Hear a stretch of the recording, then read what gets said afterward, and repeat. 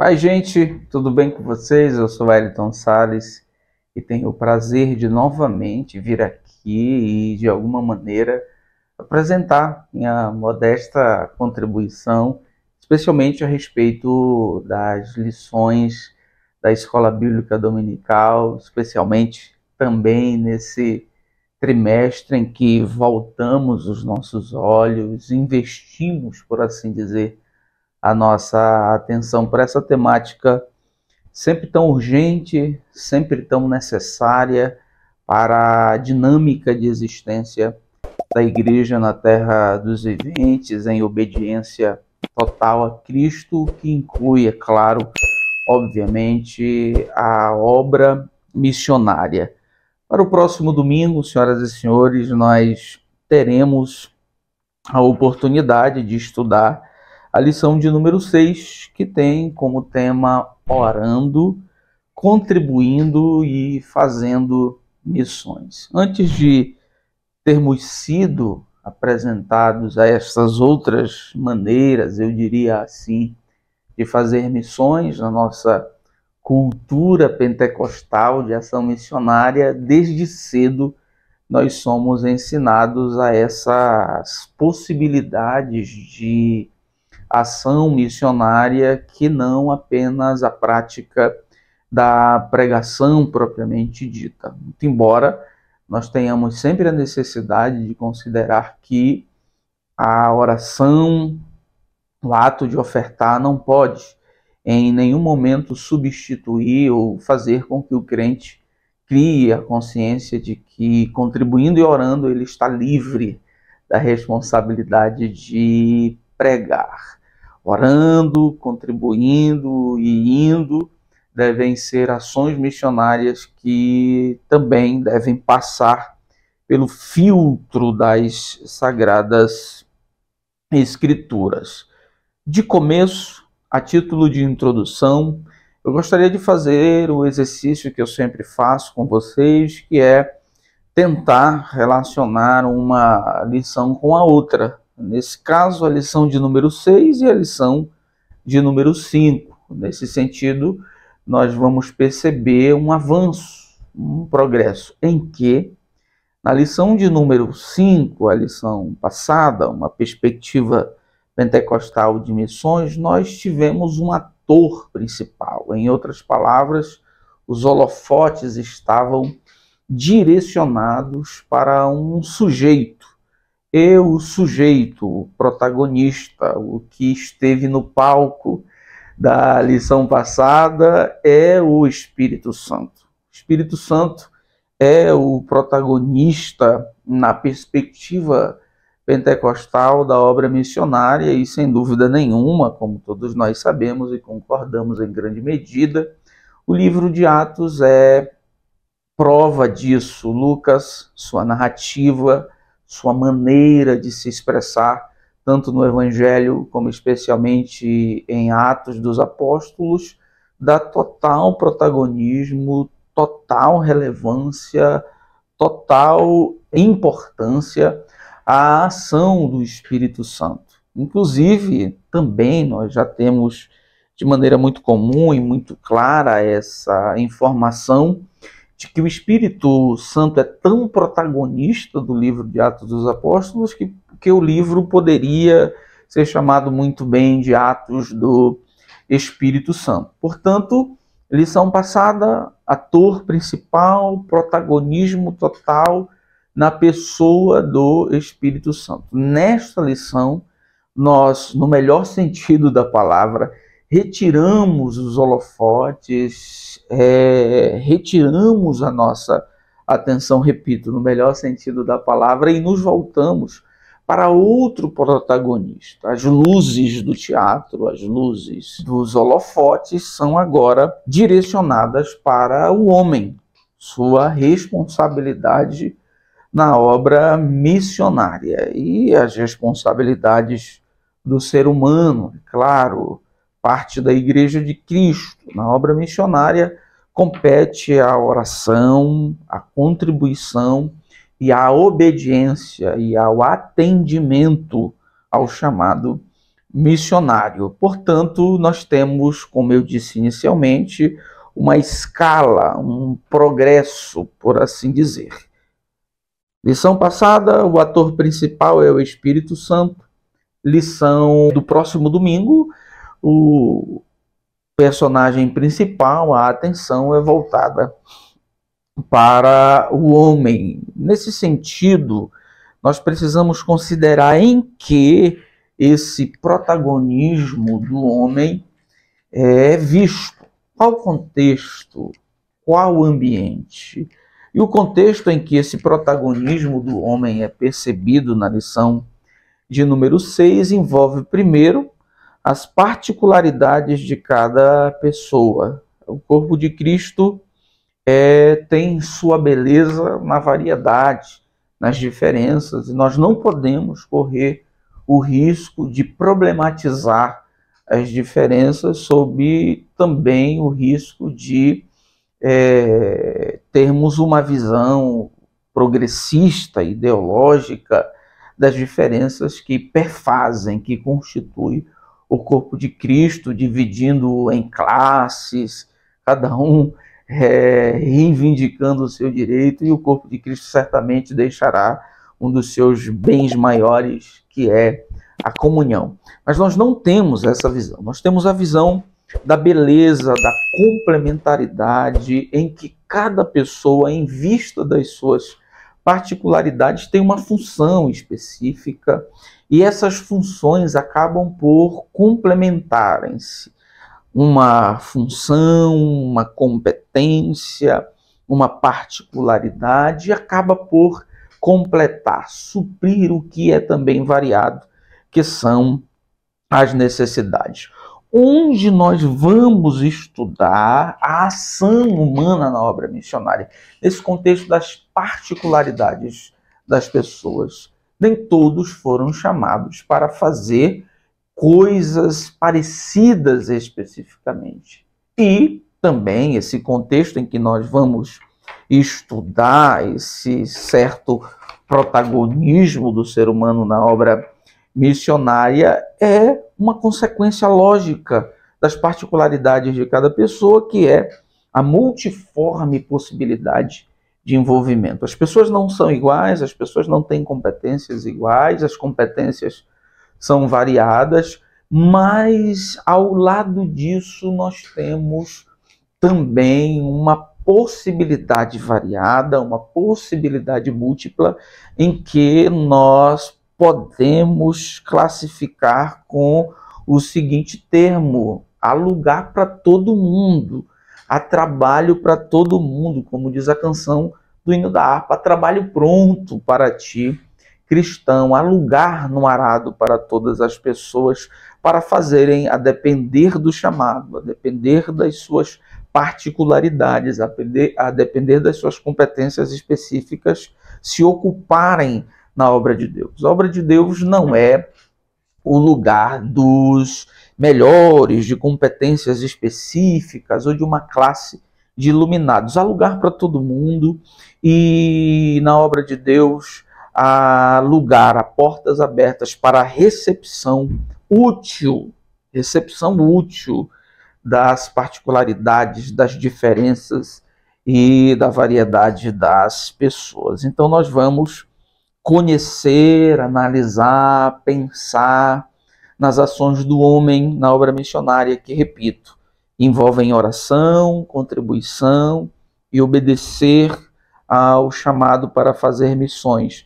Mas nesse contexto em que as pessoas não são parecidas e que, muito embora não sejam parecidas, há na obra de Deus lugar para todas as pessoas em vista das suas diferenças. Tendo dito isso, vamos ao nosso primeiro ponto, que é orando pela causa missionária, orando pela causa de missões. O primeiro subponto é este: a importância da oração na obra missionária.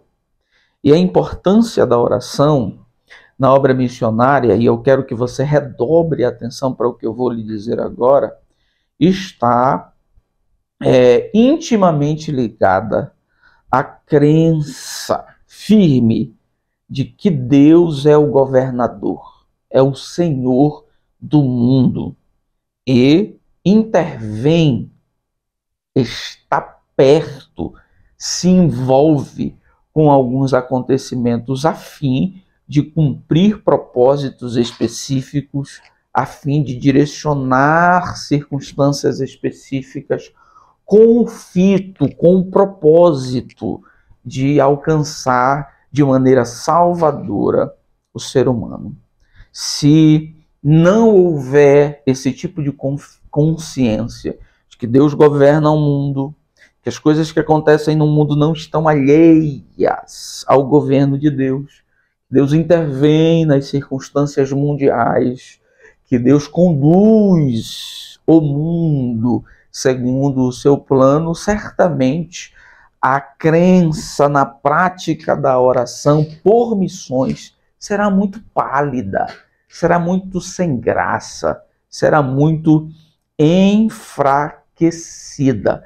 A fim de fortalecer esse tipo de consciência, eu gostaria de fazer uma citação da senhorita Durvalina Bezerra, que é líder de um dos grandes institutos brasileiros que preparam missionários, sobre a oração a respeito de missões, com a crença de que Deus governa o mundo e conduz todas as coisas. Ela diz assim: o intercessor não é aquele santo que se enclausura para orar, alheio à realidade.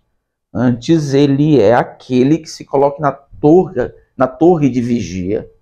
Ele está no lugar secreto de oração, mas atento ao progresso tecnológico, aos acordos de paz entre as nações, à atuação dos governantes para reduzir a fome e a miséria, à luta contra a corrupção. Ou seja, o intercessor de missões é alguém que está ligado com o movimento do mundo.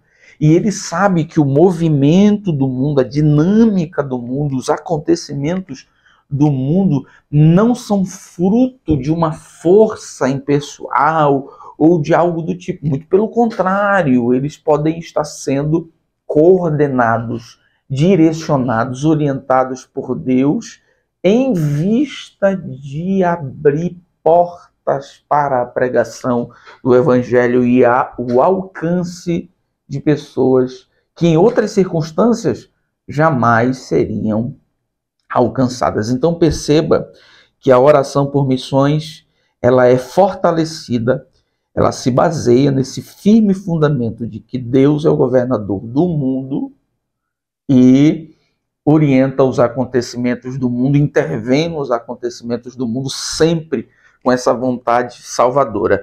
E quem ora por missões, ora no secreto de olhos fechados, mas coloca a face como Abacuque na torre para fazer a leitura do mundo. E a leitura do mundo pode representar para o intercessor a resposta da sua oração, especialmente por missões. E a Durvalina, essa senhora que eu faço menção, ela, para fortalecer ainda mais essa base da consciência da oração por missões, ela exemplifica alguns acontecimentos históricos que, segundo ela, foram resultados de oração e promoveram a ação missionária. Por exemplo, a abertura dos portões de ferro da União Soviética de 1989. Ela disse que não foi Gorbachev que tomou essa atitude foi resposta de oração, e o ministro soviético era um instrumento de Deus, como foi Ciro. A abertura dos portões de ferro da União Soviética também abriu para o evangelho a porta da pregação. Ela cita a queda do Muro de Berlim. Ela cita também o fato de que, muito embora se ore por algumas circunstâncias de missões, e elas não mudem, como, por exemplo, a opressão dos irmãos na China, como, por exemplo, a perseguição dos irmãos, uma igreja crescente na Indonésia, como também na Etiópia, não significa que está dando errado, mas significa que também Deus tem os seus planos, que possivelmente, se a circunstância fosse outra, a igreja não seria da forma que é. Mais de 70 milhões, por exemplo, de cristãos na China comunista, que odeia, persegue e mata cristãos. Cristãos perseguidos, cristãs estupradas, filhos mortos na Indonésia, mais uma igreja gigante e tremendamente avivada. A igreja na Coreia do Sul, que até 110 anos atrás não tinha igreja nenhuma, e os cristãos da Etiópia, nesse exato momento, passando por um grande avivamento. Em outras palavras, querido professor, querida professora, querido aluno, querida aluna, eu estou tentando dizer para você que é necessária a consciência para orar por missões de que Deus é o governador do mundo e intervém no mundo a fim de abrir portas para a proclamação do Evangelho. O segundo subponto é uma prática específica de oração, que é a intercessão. A intercessão é aquele momento da oração em que você deixa de lado os seus desejos, deixa de lado suas necessidades e sente a dor, o desafio do outro e ora pelos outros. Costumo dizer que a oração é essa ferramenta múltipla em que eu posso suplicar, e a oração como súplica é o reconhecimento do poder de Deus para fazer aquilo que o homem não consegue fazer. Na oração eu adoro. A oração como adoração é o convencimento de que Deus é digno de ser louvado por tudo aquilo que Ele é e fez. Na oração eu confesso, é um reconhecimento profundo de quem eu sou. Na oração eu intercedo, é o reconhecimento do amor que eu tenho pelos outros. E na oração eu agradeço, é um reconhecimento pelo que Deus fez e pelo que Deus fará. A oração é essa ferramenta múltipla. E uma das possibilidades da oração é a intercessão, quando nós oramos pelos outros. Nesse caso, nós oramos pelos missionários. E o nosso querido comentarista, pastor Wagner Gabi, cita uma série de motivos de intercessão que envolvem o desafio espiritual, desafio pessoal, desafio político, desafios culturais. Ou seja, o intercessor acredita mesmo que Deus vai ouvir a sua oração em favor do outro e agir favoravelmente no âmbito espiritual, no âmbito pessoal, no âmbito político, no âmbito cultural, em favor da obra missionária e em favor do missionário. O terceiro subponto é interessante porque ele nos faz pensar sobre o modelo, eu diria assim, histórico dos avivamentos. O terceiro subponto é despertar a igreja local para a obra missionária. O sentido desse terceiro ponto é que, quando a igreja ora, ela é despertada, ela é convencida, ela é motivada a fazer missões. Aí eu lembro que, na maioria dos avivamentos, que é claro, são tidos como clássicos, porque se assemelham a Atos 2, eles são reconhecidos por esses pilares: oração, avivamento e missões. Os grandes avivamentos, eles possuem essas características. Um grupo de pessoas que ora, sentindo a necessidade de uma intervenção sobrenatural e espiritual de Deus para a circunstância em que eles estão vivendo do ponto de vista pessoal e também social. A resposta da oração, que é o avivamento, e o resultado do avivamento, que é não o enclausuramento, não o fechar das portas, mas uma espécie de diáspora evangelística, o espalhar esse fogo, essa chama. Então, a igreja que ora, a igreja que intercede, a igreja que está na presença de Deus, é uma igreja naturalmente avivada. E uma igreja avivada é uma igreja missionária. Então, esse nosso primeiro ponto é muitíssimo valioso. Se nós terminássemos aqui essa lição, nós já terminaríamos com, assim, informações muito importantes, fundamentais para a realização da obra missionária. Quem ora por missões crê que Deus intervém no mundo. Quem ora por missões é aquele que compreende bem esta funcionalidade da oração, que é a intercessão, orar pelos outros, diante dos desafios espirituais, pessoais, políticos, culturais. A igreja que se envolve em missões, em oração, é uma igreja avivada e que naturalmente ela é comprometida ainda mais com a obra missionária. Vamos ao nosso segundo ponto, e o segundo ponto é contribuindo para missões. E o primeiro ponto deste segundo subponto, ele é delicado. Delicado por quê? O sustento dos missionários. Primeiro, porque diz respeito a dinheiro. E em qualquer época da igreja, quando nós tocamos nesse quesito finança, mordomia financeira, há uma série de entendimentos, há uma série de caprichos pessoais.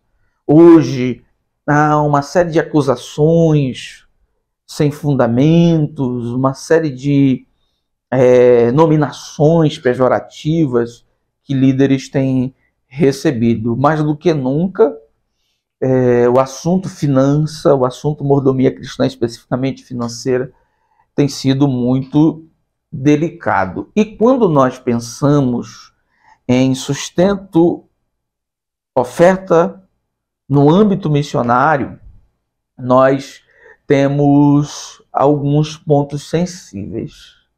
E o primeiro ponto sensível que eu cito é o ponto do preconceito financeiro que envolve missões. Se hoje, no seio da igreja local, um missionário manifestar publicamente o fato de que ele se sente chamado para pregar o evangelho na Europa, certamente vai se levantar um grupo de pessoas com um conceito pré-estabelecido de que esse rapaz, essa moça, este senhor, esta senhora quer viver bem na Europa às custas da igreja. Alguém vai dizer, por que ele não prega ali? Por que ele não vai para o sertão? Por que ele não vai para a África? A irmã quer ir para a Europa às custas da igreja, dizer que vai fazer obra missionária. O meu dinheiro eu não dou. Perceba que há casos de preconceito, um missionário que se sente chamado para a Europa. Do outro lado, de outro modo, também há um preconceito, como quando o missionário se sente chamado para o sertão. É brasileiro. Logo, ele é visto de maneira preconceituosa também. Ele é visto como alguém que, dentre os célebres nobres da igreja, foi escolhido por Deus, preparado por Deus para sofrer, viver com o mínimo e aprendeu a viver com dificuldades. E eu tenho dito repetidamente que nós precisamos destruir essa concepção desrespeitosa, antiética do missionário. Nós não podemos tratar do assunto sustento missionário com preconceito, nem de um e nem de outro lado, nem do missionário que se sente chamado para a Europa e nem do missionário que se sente chamado para o sertão. O missionário que se sente chamado para a Europa precisa de sustento. Chamado para a Europa não significa ostentação. E o missionário que é chamado para o sertão, ele não é alguém que merece sofrer, merece se padecer, aprendeu a viver com o mínimo, é escolhido por Deus para sofrer. A ideia bíblica, ética, é que o missionário seja cuidado, e o sustento missionário é fundamental para o andamento da obra. Eu sempre digo que o missionário no campo precisa ter uma única preocupação, que é pregar o evangelho de Jesus. Ele não deve ter preocupação com o que ele vai comer de manhã, com o que ele vai comer meio-dia, com o que ele vai jantar, o leite da filha, a roupa da mulher. Ele não deve sair de manhã preocupado com a roça que ele vai colocar para sobreviver. Não é digno. Por muitas vezes o missionário abriu mão de um bom emprego, de uma boa casa, dos laços emocionais muito preciosos da família, atendendo ao chamado de Deus e atendendo à necessidade da igreja. Então não é justo, não é ético, não é digno que o missionário seja maltratado. Eu digo em alto bom som, missionário é um príncipe de Deus, não é um mendigo. Quando nós construímos de maneira inconsequente essa ideia de que o missionário é um mendigo, as mães vão continuar a dizer para os seus filhos que é melhor lhe fazer qualquer outra coisa que não seja missionário. As mães, os pais vão continuar a dizer para suas filhas: escolha qualquer coisa menos ser missionária, porque inculcaram de maneira irresponsável na mente esse preconceito de que missionário é alguém escolhido para sofrer. Como é que nós vencemos esse preconceito? Reafirmando o princípio bíblico de Paulo. Trabalhador é digno do seu salário, e aquele que prega o evangelho, que viva o evangelho. Como nós vencemos esse preconceito? Reafirmando o princípio ético de preservação de dignidade da pessoa, do missionário, dos filhos do missionário, da esposa do missionário, e reafirmando o princípio administrativo, ou seja, enviamos o missionário e vamos dar todas as condições para que ele no campo seja produtivo. A única preocupação dele seja ganhar almas pela pregação do evangelho. Perceba como é delicado esse assunto, perceba como é importante, é necessário nós termos cuidado, inclusive, na abordagem desse assunto.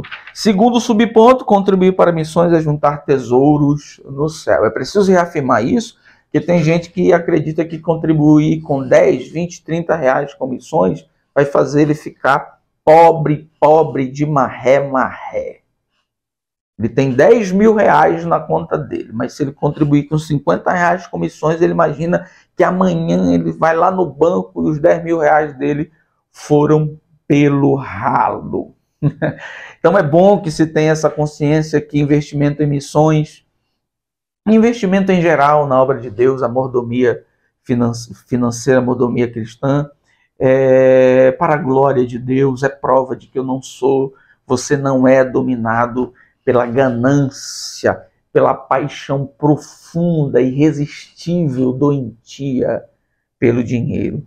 Então, para se reafirmar esse princípio, é necessário nós termos claramente o princípio bíblico também da mordomia cristã, que é administrar os meus bens para a glória de Deus, com a consciência de que Deus me deu para a sua glória, e também ter essa perspectiva espiritual. O terceiro subponto é a ideia de que contribuir para missões é um privilégio, porque lembre do alcance da sua contribuição, lembre do impacto da sua contribuição. Olha o que diz o comentarista: não há privilégio maior do que saber que por meio de nossa cooperação financeira, Bíblias estão chegando aos lugares que nunca ouviram falar do Evangelho, vidas estão sendo alcançadas na África, na Europa, no outro lado do mundo. Então, pense no alcance da sua oferta. Pense no impacto da sua contribuição. Quando você começar a juntar as peças do alcance e do impacto, você vai entender que contribuir com a obra missionária é um privilégio. E indo para o nosso terceiro ponto, nós temos uma perspectiva mais prática da obra missionária, e o terceiro ponto é a chamada para ir. E primeiro subponto desse terceiro ponto já desfaz a tese da fuga de alguns crentes. Eu não vou, eu não prego, mas eu contribuo. Ou seja, na mente desse crente, contribuir lhe libera da responsabilidade de pregar. Na mente de alguns crentes, orar por missões lhe libera, lhe dá folga da responsabilidade de pregar. E a realidade não é essa. Não é essa. Olha como o Wagner Gabi começa esse primeiro subponto, terceiro ponto. Todo cristão deve estar pronto para ir e fazer o trabalho missionário. Ora, mas faz. Contribui, mas faz. Todos os cristãos são chamados para a pregação do Evangelho. Todos os cristãos são chamados para pregar para todas as pessoas e em todos os lugares. Esse é o resumo desse primeiro subponto do terceiro ponto. Todos os crentes pregam para todas as pessoas e em todos os lugares. Não há como fugir da responsabilidade da proclamação do Evangelho. O segundo subponto dá ênfase na chamada. E aqui se demonstra o seguinte, que a chamada é eu diria, acontecimento diversificado. Não existe um modelo de chamada e o crente não deve ficar esperando por algo sobrenatural. Ainda que o sobrenatural seja parte da realidade do chamado de Deus. Ora, às vezes Deus não faz assim. O chamado de Deus pode se manifestar na simples compreensão do texto da grande comissão. Alguém pode sentir-se chamado, mas também alguém pode se convencer ou ser convencido do chamado por uma intervenção sobrenatural. De modo que nós não podemos viver na expectativa de uma intervenção sobrenatural da sarça pegando fogo, da voz de Deus saindo do meio da fumaça para entendermos que nós somos chamados.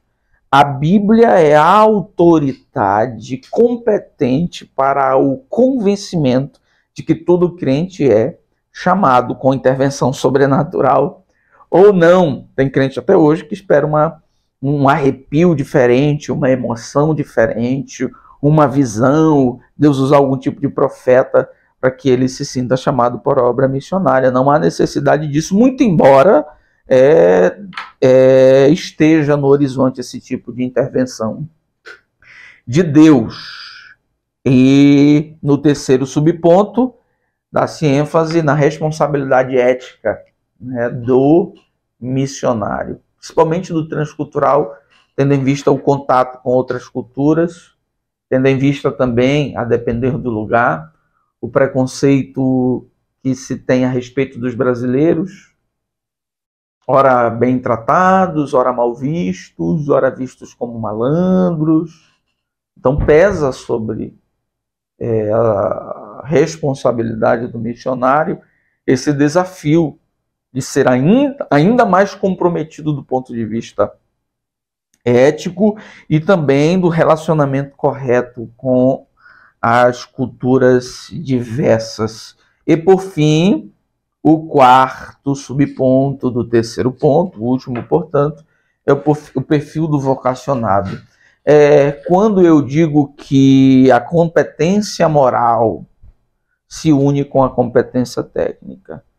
É bom que um crente tenha competência moral, mas é melhor ainda que essa competência moral exista ao lado da competência técnica. Porque tem bons crentes que não têm competência técnica e tem bons competentes técnicos que não são bons crentes. É interessante que o perfil do vocacionado tenha esse aspecto da competência moral. Ele seja um crente bom, justo, fiel, exemplo de testemunho, mas ao lado disso ele tenha o preparo teológico, técnico, cultural, linguístico para alcançar ainda mais pessoas, e mesmo que ele não alcance de maneira transcultural, como nós entendemos de maneira mais comum hoje, outras culturas, especialmente outros países, ele precisa também ter competência técnica para a construção de estratégias, abordagem para a obra missionária do dia a dia, para a abordagem missionária do dia a dia. Então, o perfil do vocacionado